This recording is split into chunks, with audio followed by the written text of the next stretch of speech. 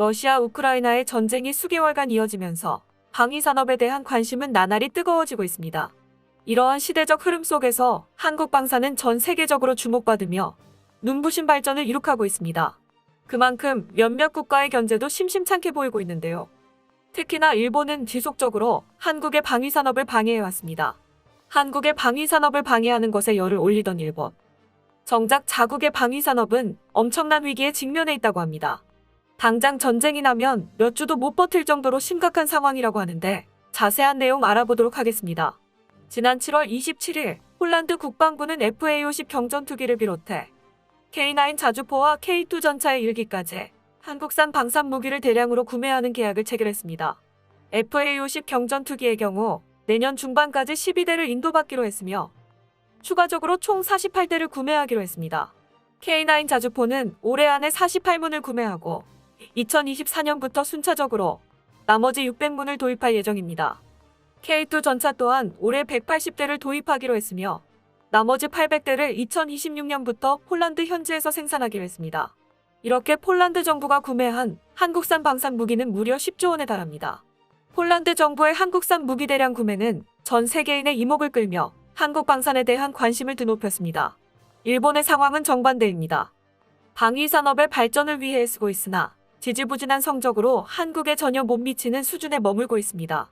경제 상황마저 좋지 않아 기시다 내각의 지지율은 현재 47%로 한 달 새 10%포인트 급락하는 등 연일 사상 최저치를 기록하며 최악의 상황으로 치닫고 있습니다. 이제 일본은 방산뿐만 아니라 경제까지 한국에 밀려날 위기에 처해 있습니다. 이에 일본에서는 각종 매체의 분노 섞인 보도가 쉴 새 없이 쏟아지고 있습니다. 지난 8월 29일 일본의 대표적인 경제 매체 겐다이 비즈니스는 폴란드의 한국 무기 구입 관련 기사를 보도했습니다.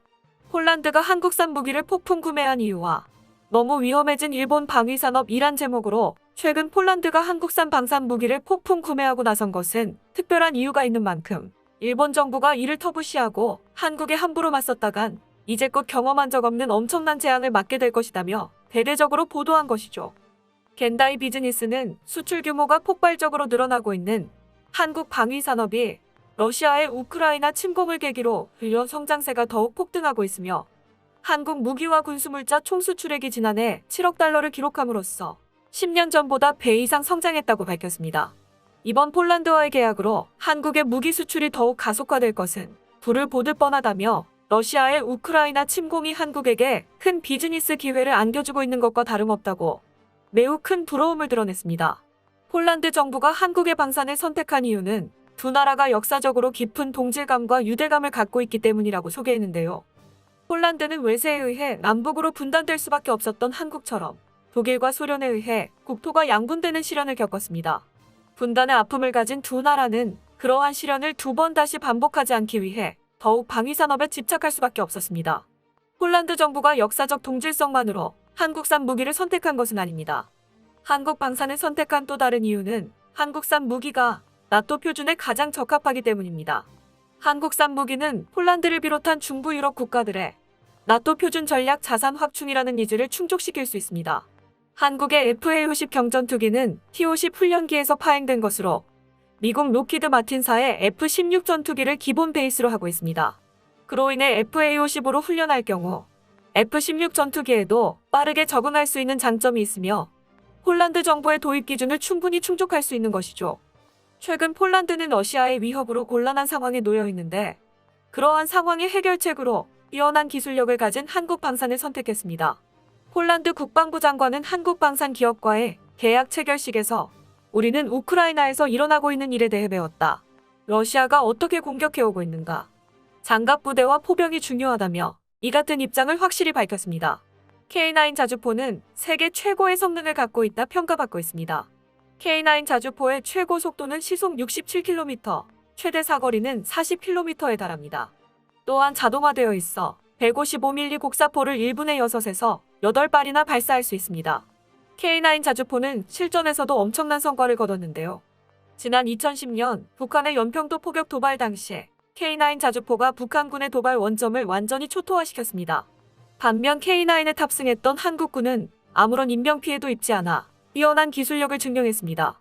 최근 폴란드 외에도 핀란드, 에스토니아, 이집트, 호주 등 세계 각국이 한국 방산에 뜨거운 관심을 표하며 한국 방산 열풍이 불고 있습니다. 승승장구하는 한국과는 달리 지지부진한 일본 방산의 상황에 한 일본 정부 관계자는 이러한 한국의 움직임, 일본은 도저히 흉내낼 수 없다며 한탄했습니다. 일본의 방위산업은 미국과 맺은 무기 수출 3원칙으로 인해 해외 시장에 제대로 진출할 수 없었다고 합니다. 규제로 인해 일본 방산은 국내용으로만 한정됐고 대량 생산은 물론 해외 시장 진출을 위한 판로 개척이나 인맥 형성 역시 할 수 없었습니다. 2014년에는 이러한 상황을 타개하고자 아베 총리가 방위장비 이전 3원칙이라는 새로운 법안을 발표하며 본격적으로 무기 수출에 나섰지만 결과는 좋지 않았습니다. 국제사회의 철저한 외면으로 일본 기업들이 경제적 난관에 부딪힐 수밖에 없었죠. 계속되는 부진에 방산 시장에서 철수하는 일본 기업들도 연일 속출하고 있다고 합니다. 일본 매체에 의하면 일본 방산이 수출 부진 문제뿐 아니라 국내 산업에서도 큰 위기에 처해 있다고 합니다. 지난 9월 5일 일본 산케이 신문은 자위대가 보유한 장비 절반이 비가동 상태이며 탄약 대부분이 홋카이도에 비축되어 있어 큰 문제가 발생할 수 있다는 기사를 보도했습니다. 일본의 항공기와 탱크 등 장비의 가동률이 크게 저하하고 있으며 방위성이 비공식적으로 조사한 결과 자위대가 보유한 장비 중 50%만 가동 상태이고 25%는 정비 중이며 나머지 25%는 수리에 필요한 예산이 없어 정비대기로 분류된 상태라고 합니다. 예산 부족으로 예비 부품 확보가 어려운 F2의 경우 정비가 일상이며 특히나 정비대기로 분류되는 기체에는 심각한 결함이 있다고 합니다. 2022년 유지 정비의 방위비 전체의 약 20%에 달하는 1조 1천억 엔이 투입되고 있지만 쌓여있는 정비대기를 해결하기 위해서는 2조 엔 이상이 필요하다고 합니다. 만일 자위대가 보유한 항공기의 가동률이 50% 전후라면 이는 상당히 낮은 수준입니다. 또한 자위대 간부는 미사일 요격에 사용하는 요격탄이 며칠도 채가지 않을 것이라며 우려를 표했다고 합니다.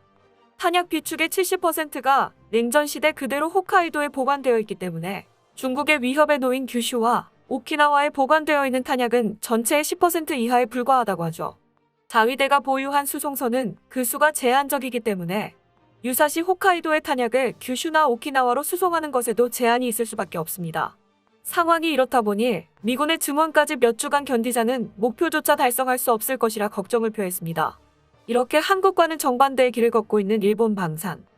일본 매체에 따르면 일본이 이렇게 고전을 면치 못하는 데에 세 가지 근본적인 이유가 있다고 합니다. 첫째로 일본 여론이 방산 무기 수출에 호의적이지 않기 때문입니다.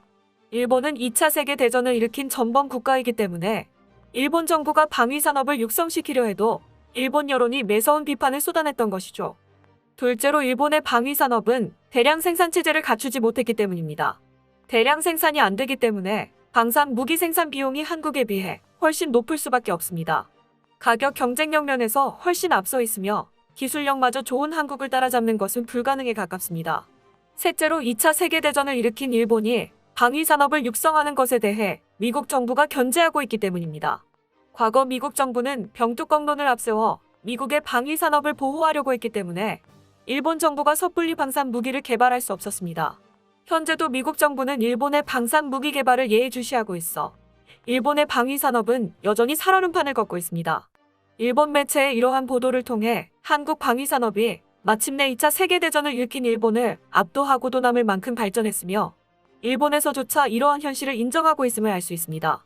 기시다 총리가 방위력의 근본적인 강화를 주창하고 나섰지만 재정난까지 겹친 현 시점에서 제대로 실현할 수 있을지 의문이 듭니다.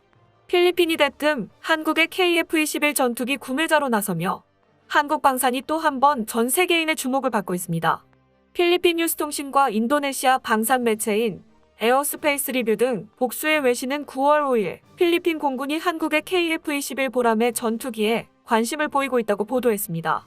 메이나드 마리아노 필리핀 공군 대변인은 필리핀 뉴스통신과의 인터뷰에서 KF-21의 기회가 열려 있다며 KF-21만 실제로 마닐라에 인수된다면 오는 2027년에서 2029년 사이에 인도할 예정이라고 밝혔습니다. 올해 봄 필리핀에서 개최된 방위산업 전시회에서는 한국의 방산 기업들이 전시회의 4분의 1에 달하는 공간을 점령하며 일본과 미국 기업들을 압도하기도 했습니다. 현재 한국 방산의 위험이 어느 정도까지 올라갔는지 알 수 있는데요. 이렇게 나날이 커지는 한국 방산에 대한 전 세계인의 관심에 큰 자부심이 느껴집니다. 우리 K방산이 계속해서 전 세계를 압도하며 명실상부 1등으로 도약할 수 있기를 기대해 보겠습니다. 끝까지 시청해 주셔서 감사합니다. 도움이 되셨다면 좋아요를, 다른 이야기도 궁금하시면 구독을 눌러주세요.